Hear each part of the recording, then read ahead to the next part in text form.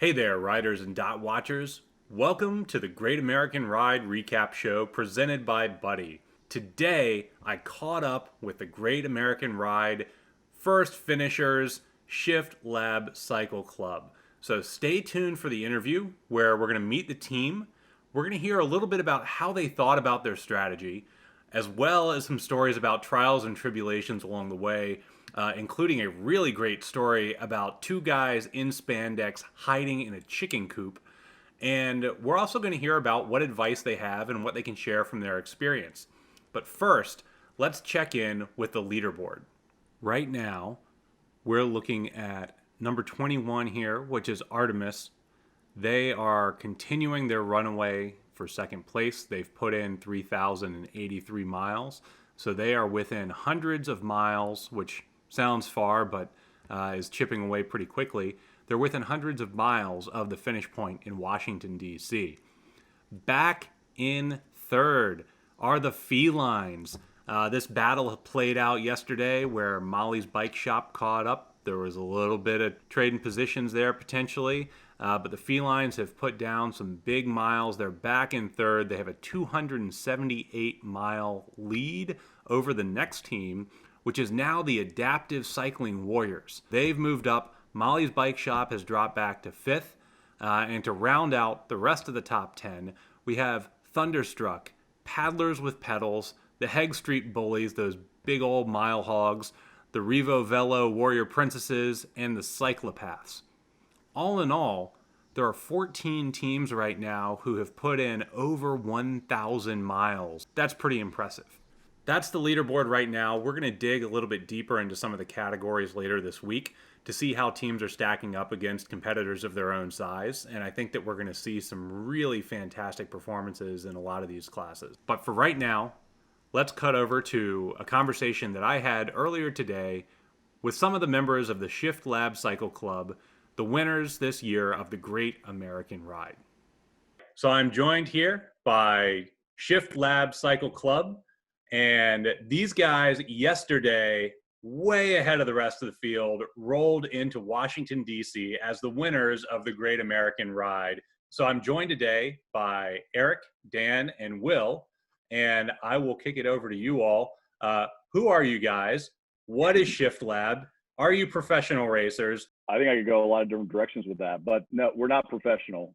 Certainly not. I think one of our themes early on was nobody's going to out amateur this group of amateurs. Shiftlab is actually, I guess, kind of sounds like a great name for a cycle club, but it's actually a company I co-founded. There was the running version of this. I think it was the Great American 5K, which happened, 3 or 4 weeks ago, and a couple of our good friends were in that race, and they actually won. It was Michigan Mesha Track Club, and the captain of that his name is TJ Daly, and we had worked together. We actually grown up together forever. He lives almost across the street from me, and they won that. They had a blast, and he mentioned that it was only like a week and a half ago. He's like, "Hey, the cycling version of this is getting ready to kick off," and I was like, "Oh, dude, this is going to be a ton of fun. Like, I'm 100% in." As COVID hit, I think all of us, it gave us a great opportunity to actually get out and do stuff because, I think probably like a lot of people that are watching, you're traveling for work and doing a lot of different things. And then all of a sudden you have this big pause in your life and you can get out and explore in different ways. So my go-to, who's not on the call, but is kind of my riding partner, is Joel Rietveld, who put up insane miles. I think he dropped like 473 in 4 days, which is crazy. Got him on board. Then my next go-to guy was Dan LeBlanc, who's on the call right now. He's an avid, I don't know if I'd classify you as a professional. Maybe you would, Dan. Negative, But not even close. Amateurs. I'm Dan, and Erik and I struck up a friendship, through work, and he's the kind of guy that he makes it. I think his friends would say he's hard to say no to. So when he calls and says, he doesn't say, "I have an idea, should we do this?" He calls and says, "Hey, we're doing this." And so he said, "Hey, I have something crazy and we're about to do it." And so I immediately hit up Will, my neighbor and riding buddy, and said, "Will, we're doing this." And then as we get started, it's not just we're doing this, we really want to compete and have some fun competing with ourselves more than anything.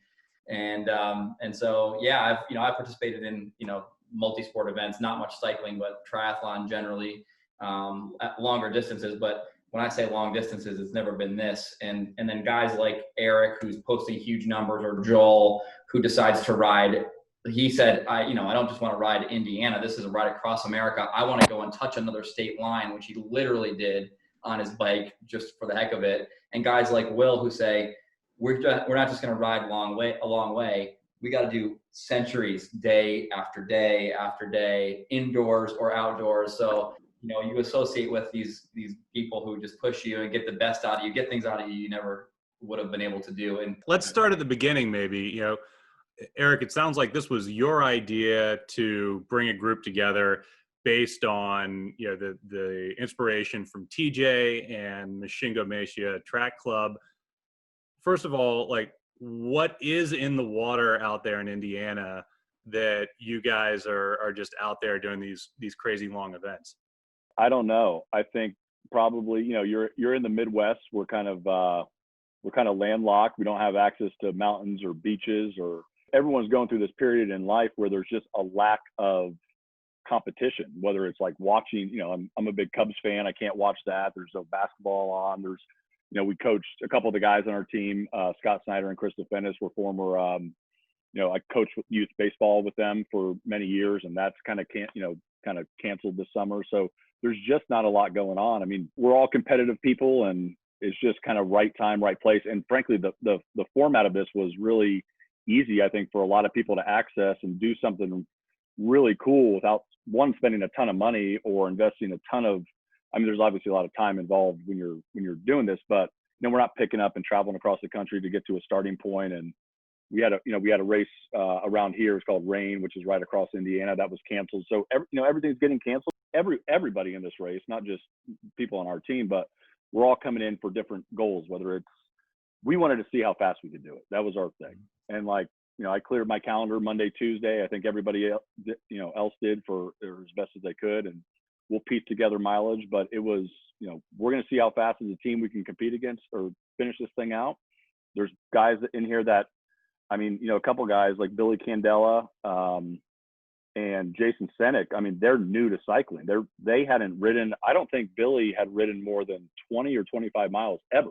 Everyone's coming into it for different reasons, personal goals, or, the camaraderie of the team and pushing each other. And it just,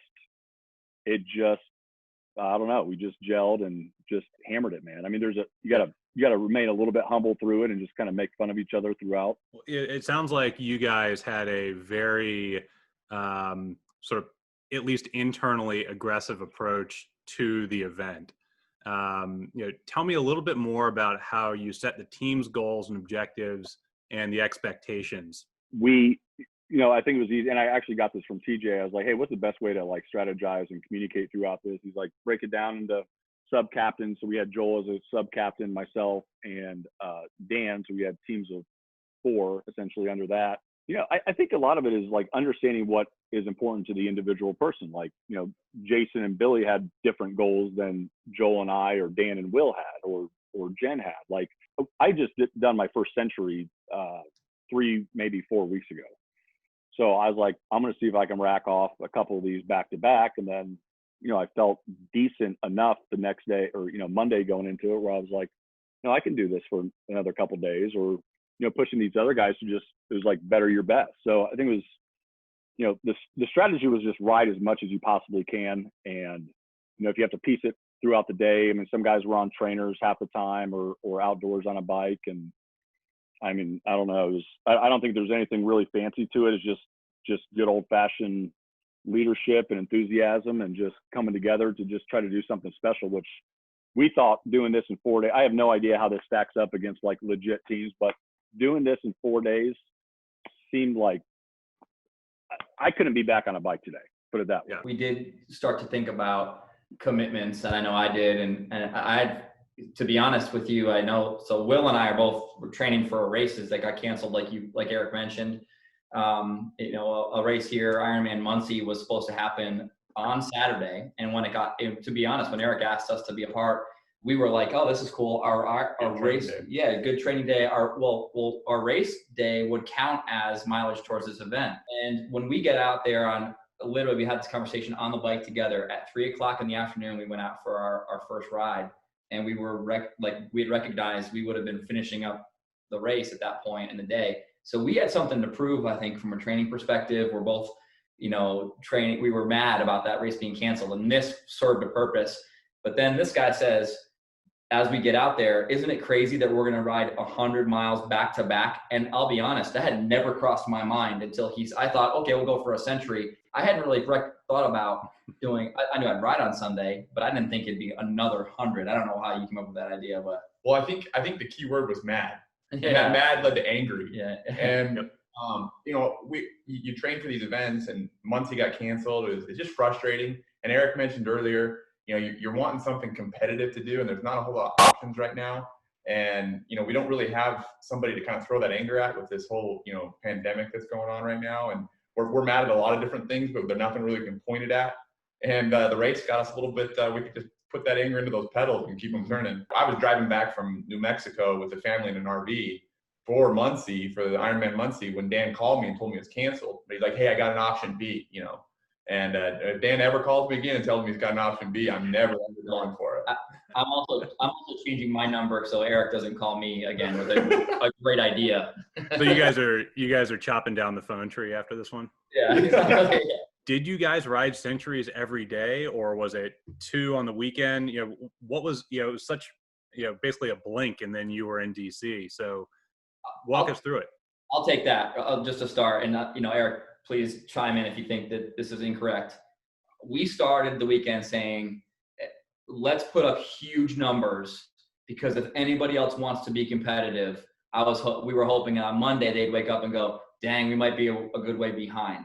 But what that turned into was, whoa, we put up huge numbers. Let's see if we can keep putting up huge numbers, and how fast. It wasn't about any other team. It was just, can we beat ourselves? Like, how quickly can we get this done? And then on a day where you didn't feel so good, you'd see Joel or Senek or, Josh putting up or Jen. You'd be tired or fatigued, and you'd see on Strava or on an alert or on a text thread, somebody else just posted 90, and you're like, oh my, I couldn't ride another 10 miles, but then it motivates you to just get back on the bike later on that night or go out for a ride. And I'll tell you, just the team camaraderie, and Erik talked about beating your best. It was like us against us as a team, just like moving together.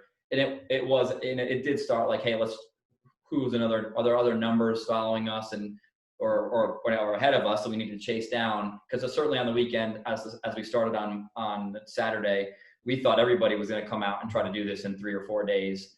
Our wives and kids and coworkers think we're crazy, and we probably are. They're probably right. But it was wild to see the 12 of us band together and just celebrate every little bite we could take out of that 3,700 miles. Did you have any moments of doubt, or how were you watching the competition? Yeah, that's a good question. I thought we felt pretty good throughout the 4 days, with the exception of day one when, we thought we put up some pretty good numbers that first day. I think I did like 75 or 80, and I think Dan and Will both did a century, and we had a pretty strong showing. Felt good. We're in the leader position, and then Artemis drops.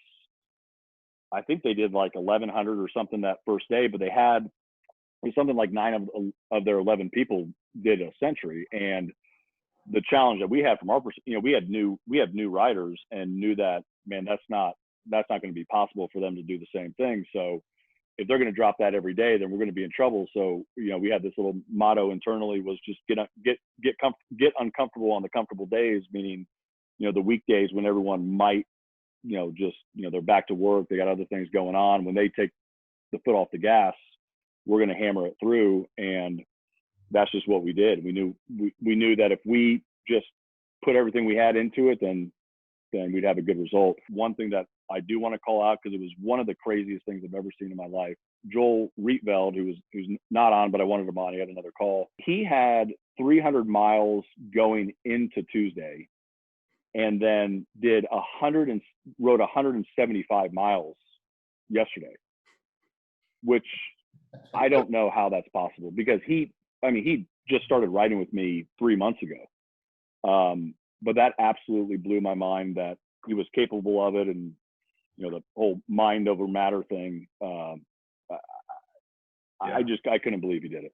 Yeah, sort of between your highest output rider and your bottom output rider, what was the range of miles? We thought that this race was going to be a 2-hour cap or 24 hours total that we were able to do. And we didn't know that it was all out until like 24 hours before the race. So why the teams were created was going to be if Dan, if your work schedule is too crazy and you can only do an hour instead of 2, Will, would you mind? I could just chime into my teammate and find out if Jason or Will or Josh or Erik or if someone else could pick up my extra mileage. And that's why the teams were originally formed. And then when we could just go all out and just get as many hours in any given day as we could, I think that those teams just turned into motivators for one another and ways to complain about how bad you hurt. One other thing on the spread, Joel did 473 miles in 4 days. And I think our bottom maybe 200, 220 or something like that. But, that's not necessarily an indicator of the actual spread, because arguably even the guys that were somewhat at the bottom mileage wise, compared to what they had actually been doing or how competitive they actually were, is probably the most impressive. Like Senek dropping 95 or whatever it is yesterday was the single most mind-blowing thing I could think of. He's got a really good view because he's up and down Laguna Beach and Dana Point. But the cool thing was, like Dan mentioned, your Strava feed would kind of go crazy. And so it'd be 2 in the morning and I'd see somebody else was out there riding. So I'd roll out of bed, walk down to the trainer and hop on and just keep spinning, and it's 4 o'clock in the morning, you go sleep for a couple more hours, then go back out and hit a century with Dan outside. So that's what would keep motivating me personally, was I'd see my teammates keep putting up a mileage, and then that mileage keep going. It's like, well, hey, this thing is building really, really quick. Did you guys have any challenges on your team, whether it was mechanical, physical?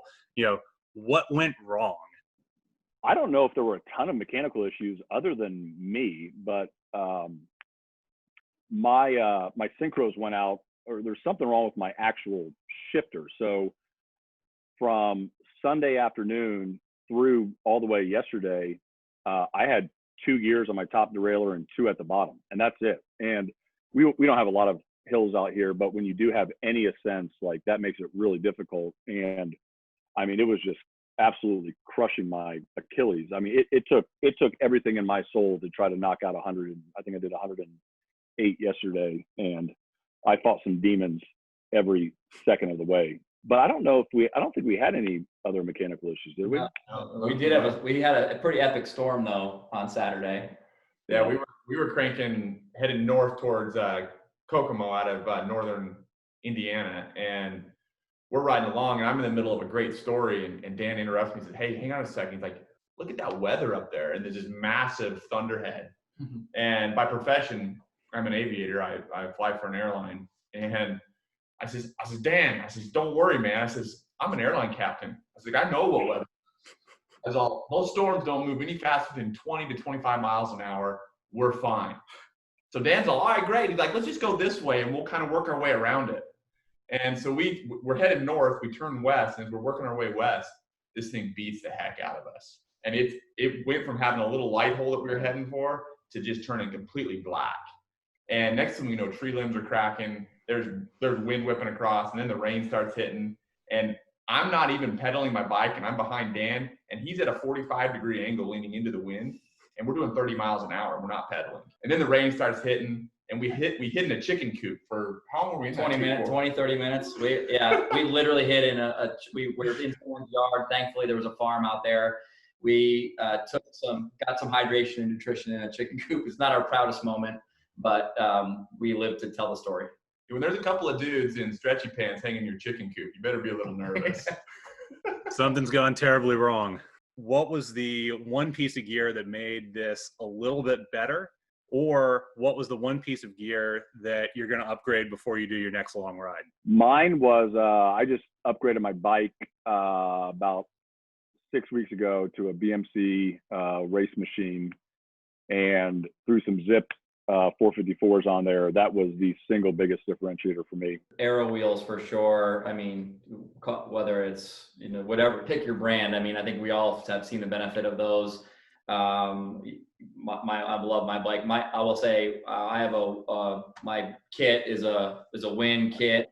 It was spot on. I love it. Love the brand. And I, you get you get a huge chance to really evaluate, all of your gear, as you mentioned. So I love that. And we have a full list of reviews of chamois cream we could provide, I think, based on the care we've had to provide to ourselves during this time. So any number of those brands, we can give you a full review from our team, I'm sure.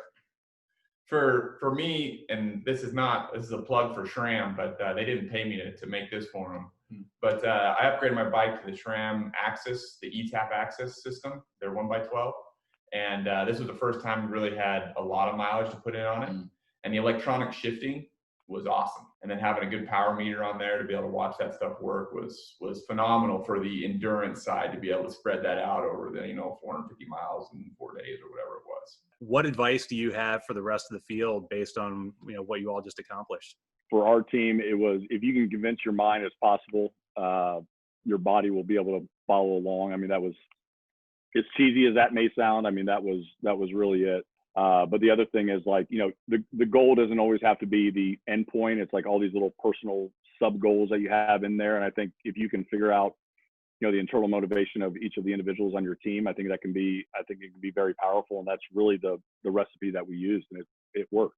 I'll say, if you can encourage your family to ride your last mile of your long race with you around your neighborhood, we've had I know that this happened for lots of members of our team, where, coming into your driveway after a century on any one of the nights was the highlight for all of us, is like having your kids, having, Will's son, Brad, wanting, as he's riding around on his bike with you, asking if we were able to hold 20 miles an hour or how long. Yeah. Like, Dad, did you ride in the 20s? Like, it was great. It's just great to have to include your family in whatever way. My kids knew my mileage well beyond, with more accuracy than I ever could, tracking us along and following along on the app, and our parents, and like involving your family was a absolute highlight for me. And even involving Will's family was a highlight for me. So, making it a team effort, a team sport for as many people as you can include, that was awesome. One thing that kind of helped trip it for me was, it seemed like the ride from riding outdoors to riding on the trainer, where riding on the trainer was more of a mental challenge, but less of a physical challenge. Where riding outdoors was more of a physical challenge, but less of the mental. So I kind of get lost in the ride outside, but grinding away on a trainer sometimes for 100 miles is brutal. So, but it would give my body a break. So mixing it up between indoor and outdoor riding was kind of a nice deal. And then finding those nice flat courses in Watopia on Zwift is key. Yeah. I think the one thing I wish I would have done more, and I just really got to do it almost last night and a little bit today, was just learn about some of the other teams. I saw on the Great American Ride Facebook app, there's a group called, I think it's ACW or something. It's a group of disabled vets, like learning those stories and learning more about those teams. And there may be a place that we could have dug in, but you have so much going on during, the race days that you get kind of overwhelmed. We're going to be digging into as many of those as we can on the show. So stay tuned. If you guys haven't subscribed, make sure you hit the subscribe button on the YouTube channel. Thanks a lot for taking the time to catch up, guys, and a majorly big congratulations. That's a serious feat that you've accomplished, and all of us who are watching your dot move, we're very impressed. So there you go. That's Shiftlab Cycle Club. Thank you so much to Erik, Will, and Dan for joining me earlier today. Those guys put in a monster effort to get that done. And, you heard some of their stories about working through mechanicals, hiding out in chicken coops in the middle of a big old thunderstorm. And, that's just a pure level of dedication to getting it done. So great work, team. And for the rest of us who are still out there, everybody keep at it. Artemis, it looks like, is going to finish in the next 24 hours, so we're going to keep our eyes on that, and we'll report back when we have some updates. Right now, I've got to go. I've got to wash some of my chamois so that I've got clean bibs to ride in tomorrow.